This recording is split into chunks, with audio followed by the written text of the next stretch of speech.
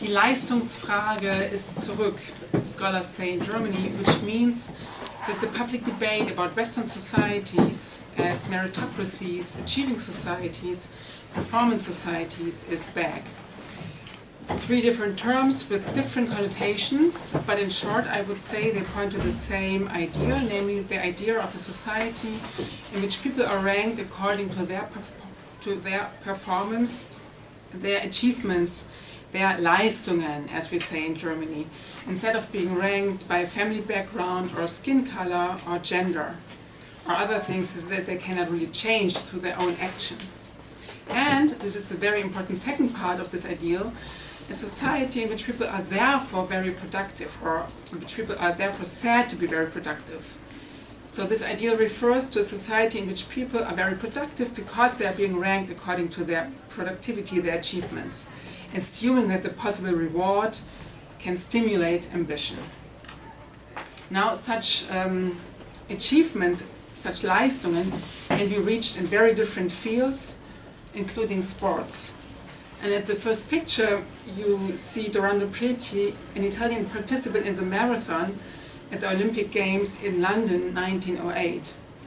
Pietri was stripped of the gold medal because he collapsed at the finish line multiple times and crossed it only with the help of people standing around him. In the picture you see the judge, among others, who helped him to get back on his feet and then kind of shoved him across the finish line. But despite this misery, Pietri went on with his career, and in sum he became a very successful athlete. And although stemming from a poor background, he also became very rich. Accordingly, he might be described as a first example of someone who climbed up the social ladder based on his own capability and effort, based on a personal capacity that he demonstrated during sport competitions. The ideal of an achieving society in which people are ranked according to their personal achievements has been harshly criticized.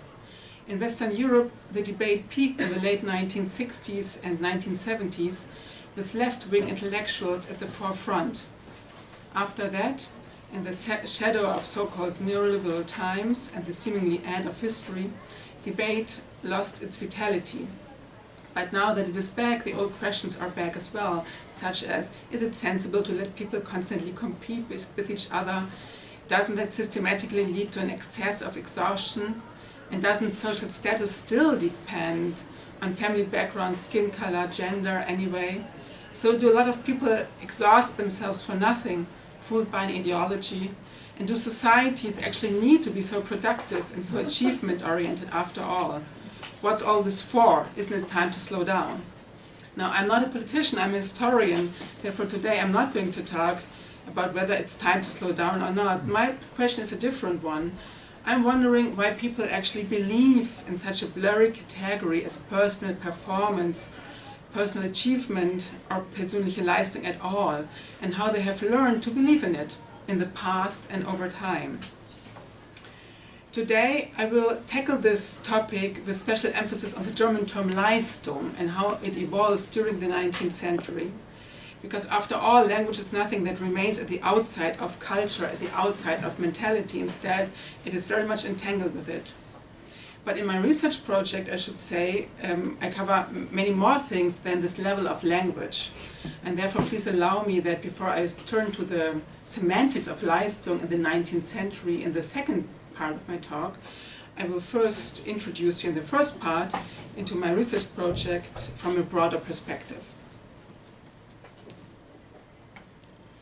It was far away from the skeptical remarks later made by left-wing intellectuals when in 1961 David McClelland, a US-American psychologist specialized on theories of motivation, published a book called The Achieving Society that coined the debate on this topic for many decades internationally.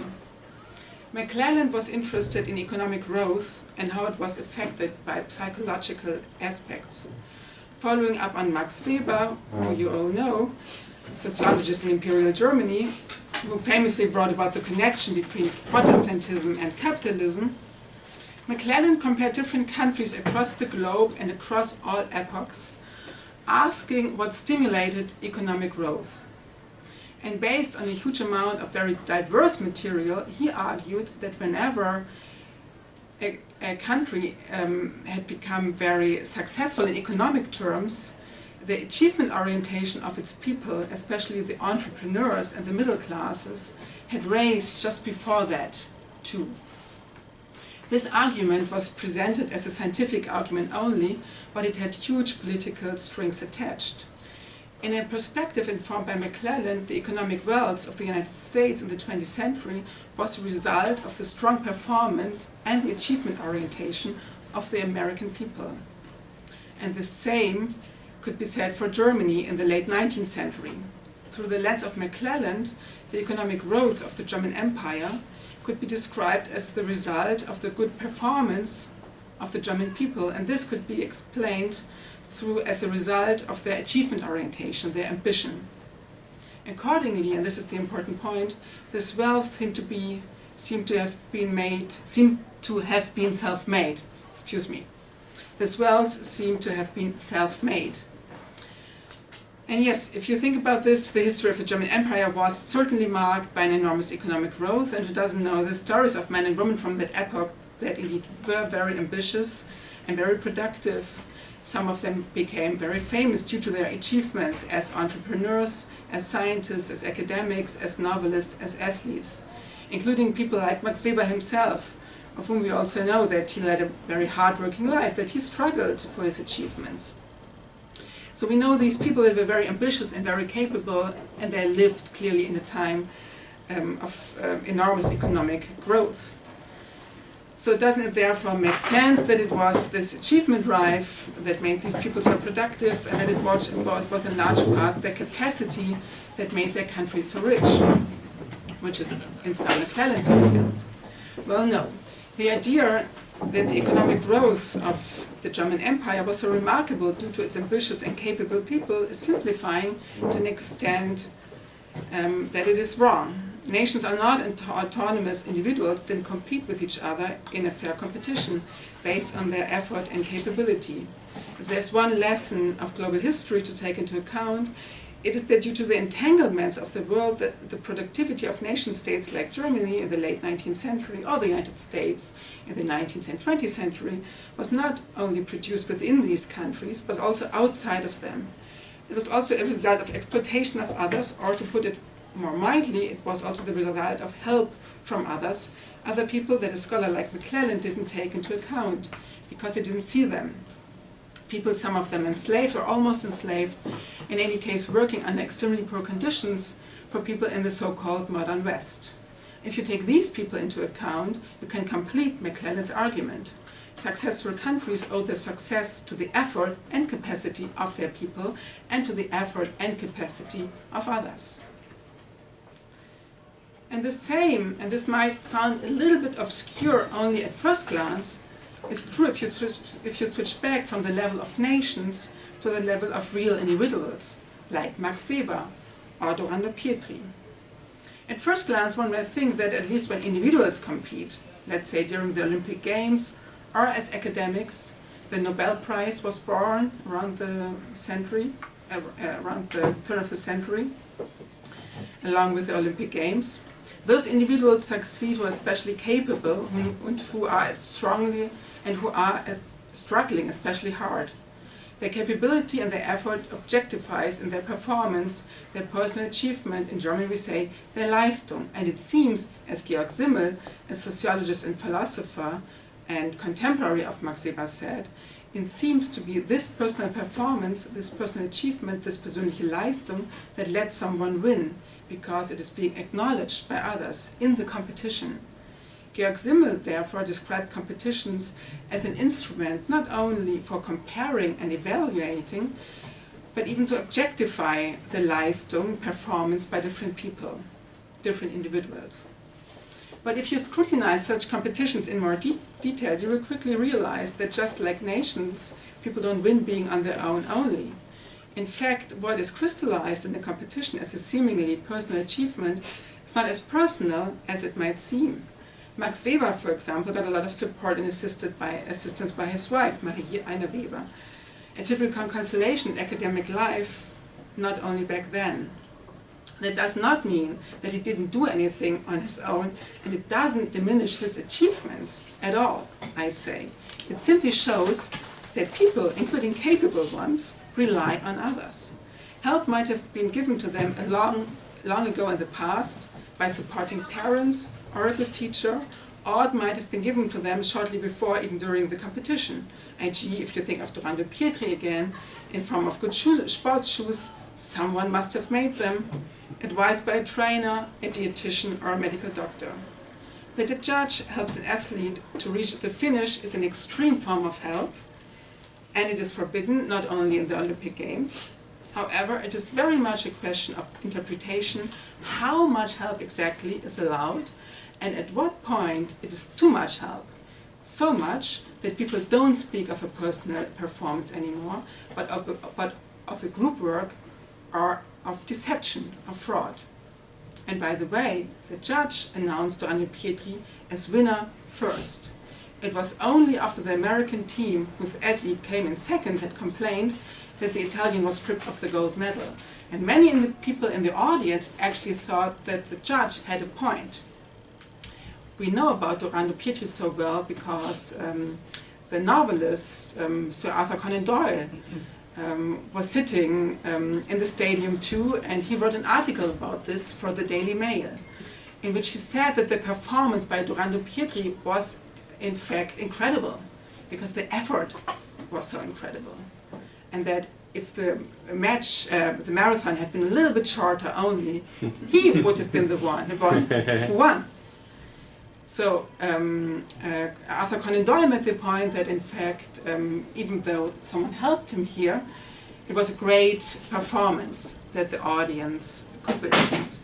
And many other people thought the same thing, so it was not actually despite this misery, but because of it, that Pietri became so famous and also rich. Now, why I'm telling you this, because not in order to criticize the ideal of a personal achievement. I think it is a very valuable one. I think we should stick to it, especially today. In Germany, we have new right-wing movements who try to attach status to Volkszugehörigkeit again. We have other movements that try to address status to gender more strongly again, and so on and so on. I think it is very valuable to at least try attaching status to personal achievement instead of gender or family background right away. However, this example, I think, shows that the category of personal performance is an extremely complex, wobbly, one could also say demanding one. Demanding for all the people who are there and who are supposed to believe in it and to accept the decisions made by judges or other people.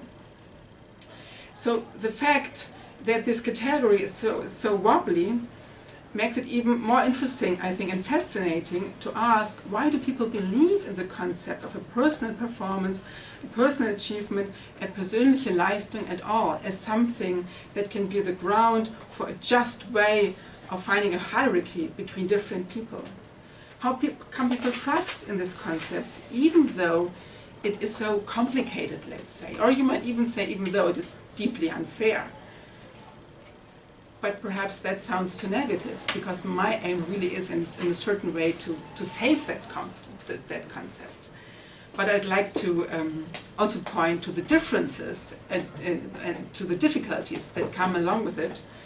And I'd like to explain how people have started to believe in this really blurry category. So in my research, I deal with questions, with the question how people started to believe in this category from a historical perspective. I try to understand how people learn to believe in the idea of personal performance in everyday life and what that actually meant with them, including the ambivalences that came along with this belief. I start out in the German Empire, the country of both Max Weber and Georg Simmel, and go back and forth in time a little bit, and also a little bit to other countries, and I scrutinize the topic in a cultural historian's perspective. That means to pay a lot of attention to the way people made the world meaningful, to ask how they attached meaning to things through social practices in everyday life, how they made the idea of a personal performance plausible or even real.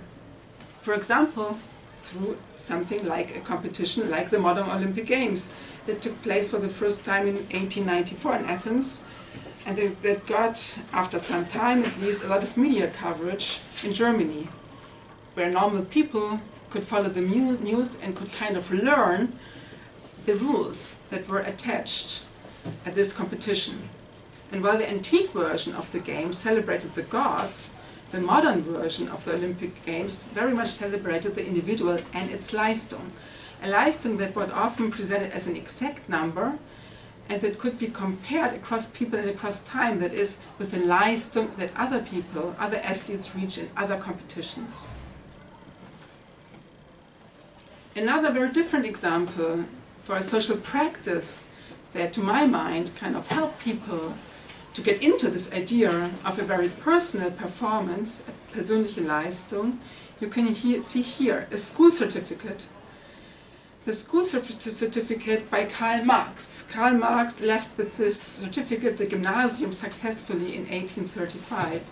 Just after in Prussia, leaving the gymnasium with a successful exam, the Abitur, had become the requisite in order to enter a university. The certificate by Marx goes on for many pages, and in the end there's no number, no final mark, there's only a final recommendation.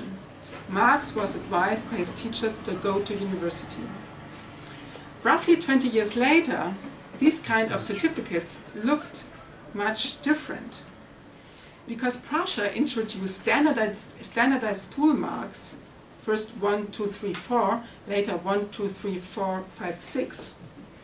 This not only made school certificates much shorter, it also gave students an idea of their Leistung as an abstract category in numerical or metrical relation to others. And this, I think, was part of a broader tendency.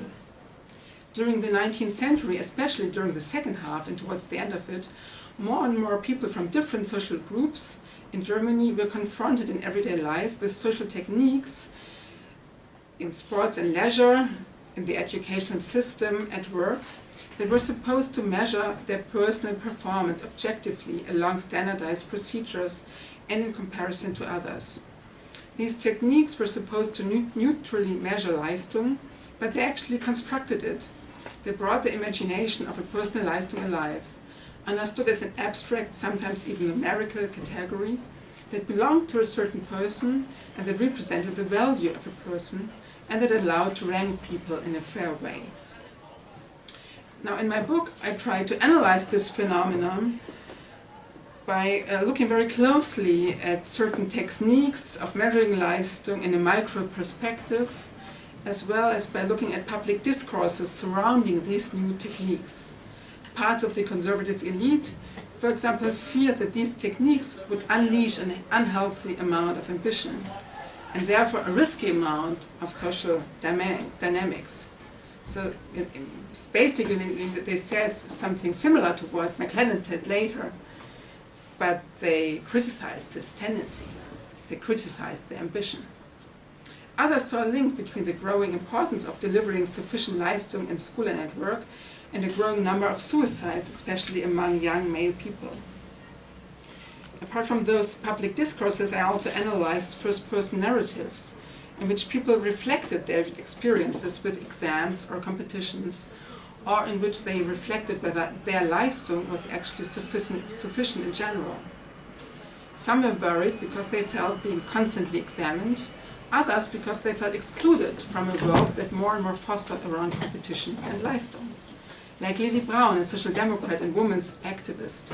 Born in 1865, Brown published her memoirs in 1909, in which she quoted a letter from the 1880s where an unhappy young Lily told a friend, and I quote, "If the value of someone depends on their Leistung, how am I doing in this test? I'm 23 years old, with a healthy body and mind, stronger than many, and it's not only that I do not work, I don't actually live. I'm being lived." This quotation leads to the radically different experiences by men and women within a world that more and more centered around competitions and Leistung, and it leads to the nuances of language. Because what exactly did Lily Brown actually mean when she spoke of Leistung? What did other people mean? What were the semantics of the term? And why bother about semantics at all? That's the topic that I will talk about in the remaining time, the second part of my talk. Now, I'm not a historian of concepts. However, cultural historians often pay attention to concepts, to language. After all, talking is a social practice too. Language is nothing that remains outside of culture, and changes in vocabulary at least can indicate, coin, and sometimes drive cultural change. Words can make things seem very real. Especially the social construction of blurry things, like personal performance, can be right at start at the level of language. It can start at the moment when people address something as a personal achievement, as a great performance, as a Leistung, when they use these precise words that all have different connotations. And as historians, I think we should be aware of these nuances. And that's why we should try to look at the sources more closely in order to really understand what terms were used back at that time and what these terms meant.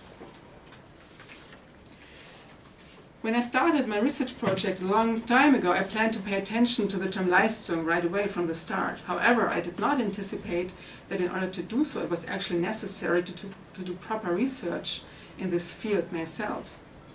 At the latest, when the German historian Reinhard Koselleck started, among others, in the late 1960s, working on a big volume called Geschichtliche Grundbegriffe, a reference book that describes how key concepts of modern political talk emerge in different European languages, concept history was institutionalized as a proper field of research within the field of German history.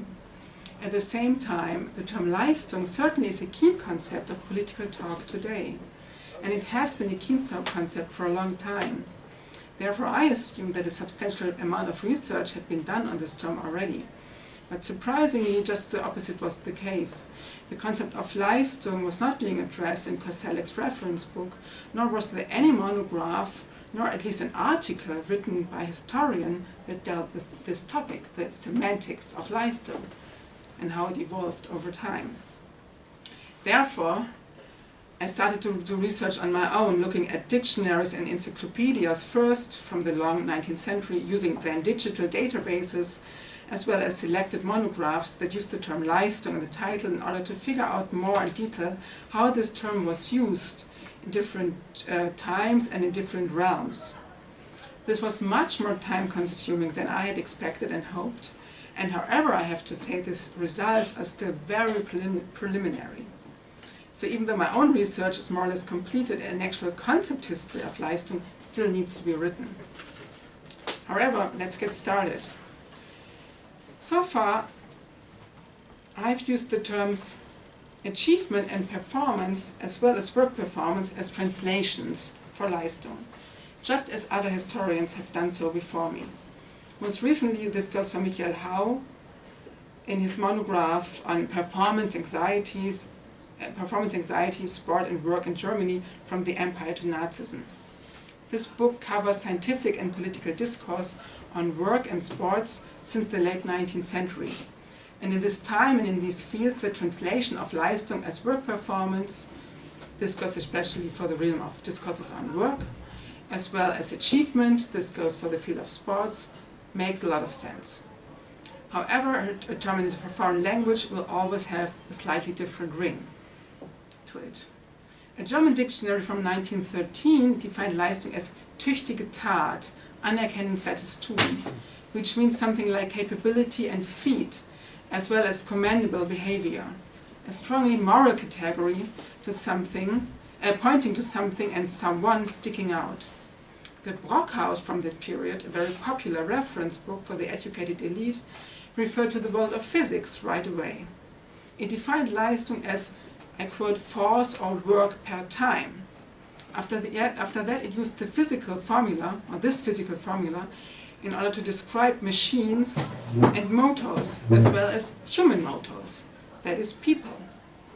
As you probably know, Anton Rabenbach has famously shown how since roughly the middle of the 19th century, physiologists like Hermann von Helmholtz transferred ideas from physics into physiology in order to measure the work performance and the work force of human beings, conceptualized as human motors, as machines transforming energy.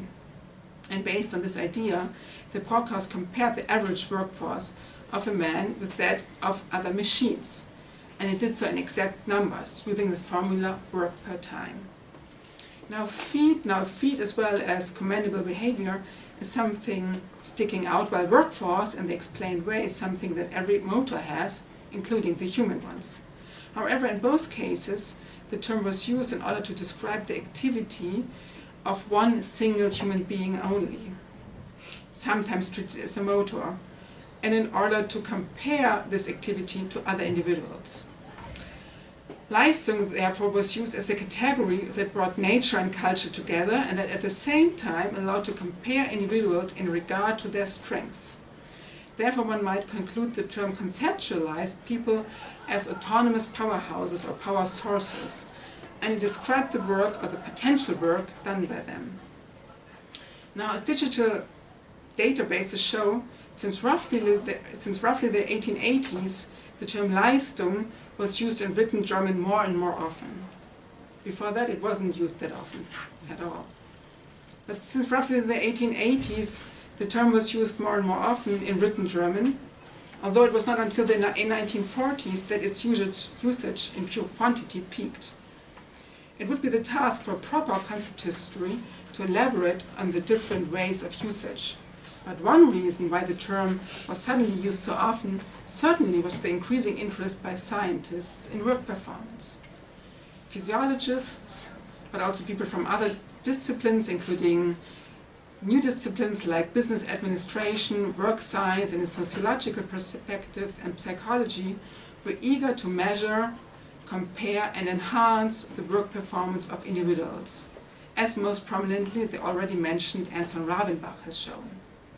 You see here a picture of the so-called Mosso ergograph, an instrument developed in 1890 by the Italian physiologist Angelo Mosso in order to measure work performance. This instrument allowed Mosso to demonstrate that there was a link between manual work and mental work, between moving a finger and deeply thinking. And accordingly, this apparatus was used in order to measure the capacity of people for both manual and mental work. It then represented this capacity on paper as a graph, a seemingly objective curve of workforce. These scientific developments have well been scrutinized, but so far historians have not been interested in the vocabulary being used. And this allows me to elaborate on this a little bit. It seems that especially in early texts within this discourse on work performance, the term Leistung was not used at all. It was in fact Arbeit as well as Kraft or Arbeitskraft, that is work or performance, force as well as workforce or work performance that were used. So there were actually well-established German terms already in use when Leistung came along. Leistung more and more replaced these different terms within the discourse on work performance. But why? What does that mean? Well, at least it indicates, I think, that the growing scientific interest in measuring, comparing, and enhancing work performance alone cannot explain the growing usage of the term since roughly the 1880s. The term traveled into that field instead of only growing together with it. And it indicates that even though it is justifiable to translate Leistung as performance or work performance in certain realms, the term Leistung meant more than that. But what other layers of meaning did it entail? What connotations came along with it that made it plausible to use suddenly Leistung instead of Arbeit, work performance, or Arbeitskraft, workforce? In order to tackle this question, it is helpful to go a little bit further back. The etymology of the term Leistung goes back to the Middle Ages. To be more precise, it goes back to Leist, which in Germanic meant foot as well as track or trail. Based on this leisten, the verb performing, leisten first meant to follow a track or to follow a footprint. Quickly this rather concrete meaning became more abstract. In High German it meant to follow a requirement, to obey, and also to fulfill the requirement, to meet the obligations. Using the verb required an object, often an indirect as well as a direct one. One could say, for example, jemandem einen Dienst leisten, which means to render service to somebody, or more in general, to render something to somebody. or one could say to serve someone with something. This leisten always meant something that was required. So it was about serving something to someone who could expect to being served. As you can see, in contrast to the idea of powerhouses that can deliver a higher performance than other powerhouses, the verb leisten in this early version had neither physical undertones nor individualistic ones, nor did it have anything to do with the idea of effort, comparison, and competition. Instead, it had a strong social component, and it referred to a concrete social relation. It meant to give something to somebody, and therefore it pointed to a relation between two people, at least a relation of duty. A relation in which one person would give something to the other, something that this other person had a right to get. When the noun was first used, it matched that meaning. It referred to something that someone did for someone, or owed to someone, or promised to do for someone. In all these cases, the term referred not to one person only and to their capacity, but to a relation between two or more people, a relation in which one person did or promised to do something for another one. Accordingly, the noun Leistung was very early on also used as a proper legal term. It referred to something that was due by law or custom, like the action of paying in money or service, originally especially towards a feudal superior or a payman. In short, Leistung was a category of relation and not of comparison. When turning from here to the 18th and early 19th century, the first challenge is that neither encyclopedias nor dictionaries at that time paid a lot of attention to Leistung. It seems that the noun was hardly used, neither in scholarly texts nor in public debate. And when dictionaries of that time at least presented the verb, they did so still with a strong emphasis on the social aspects just mentioned, on etwas leisten as a category of relation instead of comparison. The influential reference book by Johann Christoph Adelung, for example, said that originally the verb had meant to do or to affect something. But now, and that is in the 1770s, it was usually used for accomplishing, achieving. This sounds familiar, but in the following, Adelung gave a lot of examples that are far away from the idea of a personal achievement or personal performance. Quite the opposite, accomplishing and achieving, following Adelung, were represented as part of relation between two or more people. The reference book referred to doing something that one has promised, paying honor to a sovereign, obeying the master, following an order, rendering a service, providing a guarantee, providing assistance, giving support, offering resistance, and keeping company. In some, therefore, the verb addressed something that one person did for the other, and sometimes the other way around, instead of something that one person did better than the other. It would certainly be a stretch to say that keeping each other company was at the heart of the meaning of the verb leisten in the late 18th and early 19th century. But at least in texts where the educated elite during that time, especially in texts that deal with the idea of a civil society, the term appeared, if used at all, very often in exactly this sense, in the sense of keeping each other company, or giving each other love, for example. At the same time, these educated elites cultivated the idea of sociability at least as much as the idea of individuality and performance. They presented themselves as people longing for a broad education in a humanistic sense, which included to train the senses and the emotions, as people spending a lot of time with their families and friends, as people doing a lot of philanthropic and charitable work at the local level. At the picture, you see a painting by Karl Begas, painted in 1821, presenting himself with his family, in Cologne, by the way. So I brought this very idealized picture of what it could mean to be a good citizen as a little gift from my current hometown. And as an example of what etwas leisten could mean at that time. namely keeping each other company, being a good father, and so on. I'd like to suggest that we keep that social, that reciprocal meaning of the verb in the sense of doing something for somebody in mind, even though clearly it lost its importance during the 19th century, and it seems to me that today this dimension is totally forgotten. And this started in the 19th century, especially from the 1880s on. The term Leistung was used more and more often, both in political as well as in scholarly language, where, compared to the social reciprocal meaning, it referred to a work performance of a certain person in comparison to the work performance of another person. So one could say that the term Leistung perceived an individualization and a physicalization. It was used in order to describe and compare individual work performance. It's lost its relational, reciprocal aspect, and it became more abstract. Only now it was possible to speak of the Leistung by one person in comparison to the Leistung of another person, at least in German. Before that, it was only possible to address concrete things that people did for each other and that they owed to each other with that term. However, the old, rather social connotation never fully vanished. In fact, that the usage of the term in written German increased since the 1880s, with the first peak just around 1900, was also the result of multiple monographs from the discipline of law. These monographs scrutinized the BGB, the first national civil law that came into effect on January 1900.